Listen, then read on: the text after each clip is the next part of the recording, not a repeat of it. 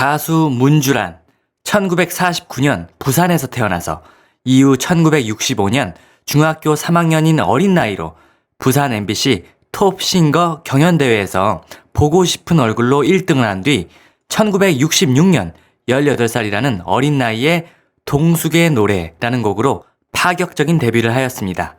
그녀는 여성스럽고 귀여운 인상과는 대비되는 굵고 깊은 저음이 특징으로 국내 최저음 여가수, 어른 목소리 내는 아이 등으로 화제를 모으며 일약 스타가 되었습니다.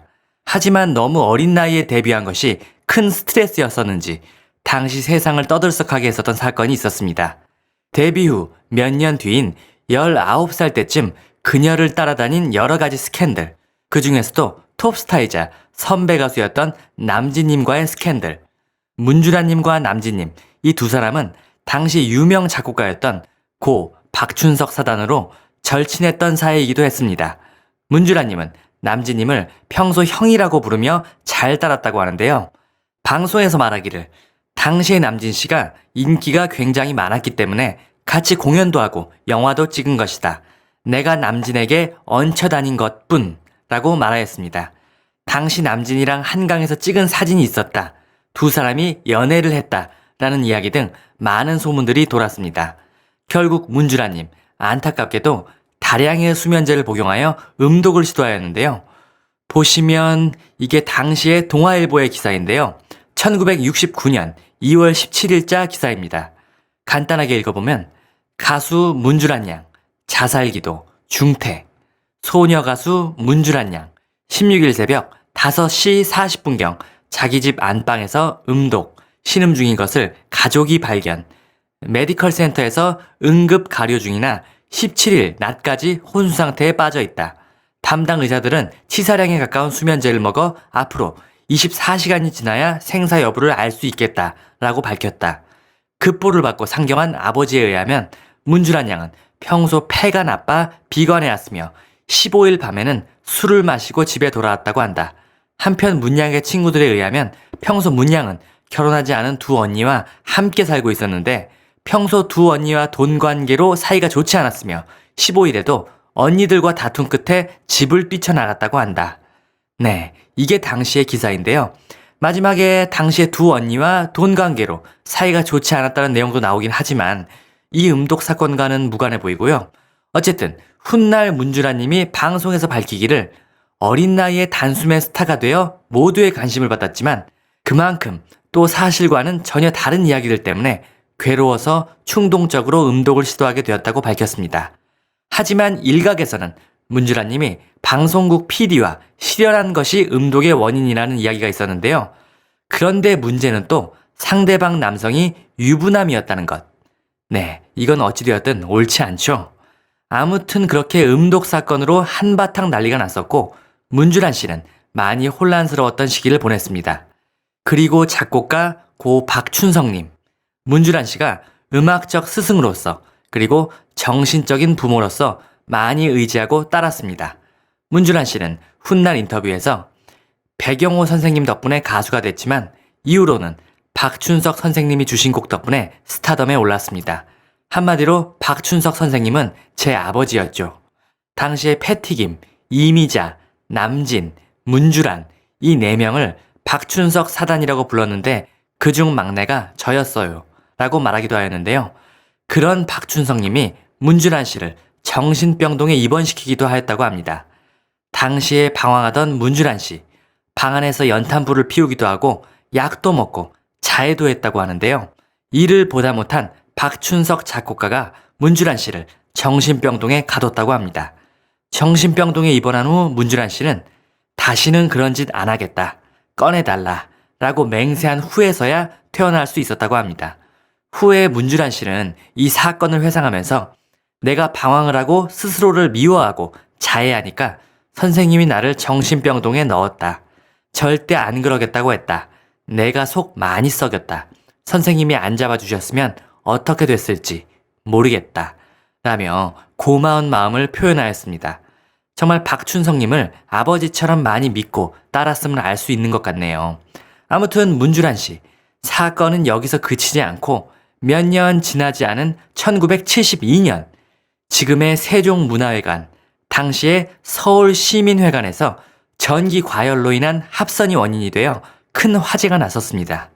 당시 현장에 있던 문주란님, 창문에서 뛰어내리면서 크게 다쳤다고 하는데요. 문주란 씨가 훗날 방송에서 회상하기를 10대 가수 시상식이 끝나고 분장실에서 옷을 갈아입었다. 분장실이 꽤 높은 구조인데 의자 위에서 다리를 넣는 순간 매니저가 미스 문, 불이라고 외쳤다. 불났다라고 말할 시간도 없었다.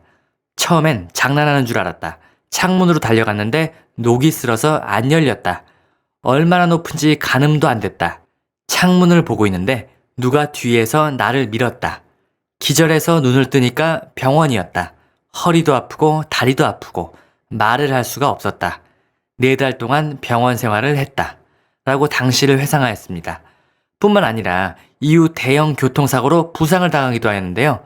이 역시 문주라님이 회상하기를 1년 동안 병원에 있었다. 왼쪽 다리부터 복숭아 뼈까지 절단이 났었다. 눈동자에 유리가 박히고 왼쪽만 다쳤다. 다행히 후유증은 없었다. 네, 정말 사건 사고가 많았네요. 하지만 또 여기서 그치지 않고 모두를 놀라게 했던 충격적인 사건은 또 있었습니다. 조금 전 세종문화회관에서 화재로 인한 사고가 1972년이고요. 그리고 다음 해인 1973년에 여의도에서 문주란 씨가 7살이었던 어린 조카와 함께 납치를 당하는 사건이 벌어졌습니다.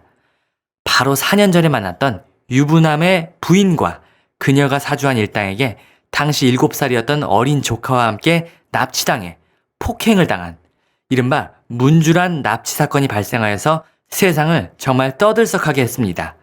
그리고 1975년에는 또 해당 남성과 얽힌 사생활 문제 그리고 계약 파기 문제로 인하여 연예협회로부터 6개월간 방송 정지를 당하게 되는 등 정말 파란만장한 인생을 살았다고 해도 과언이 아닌 듯합니다.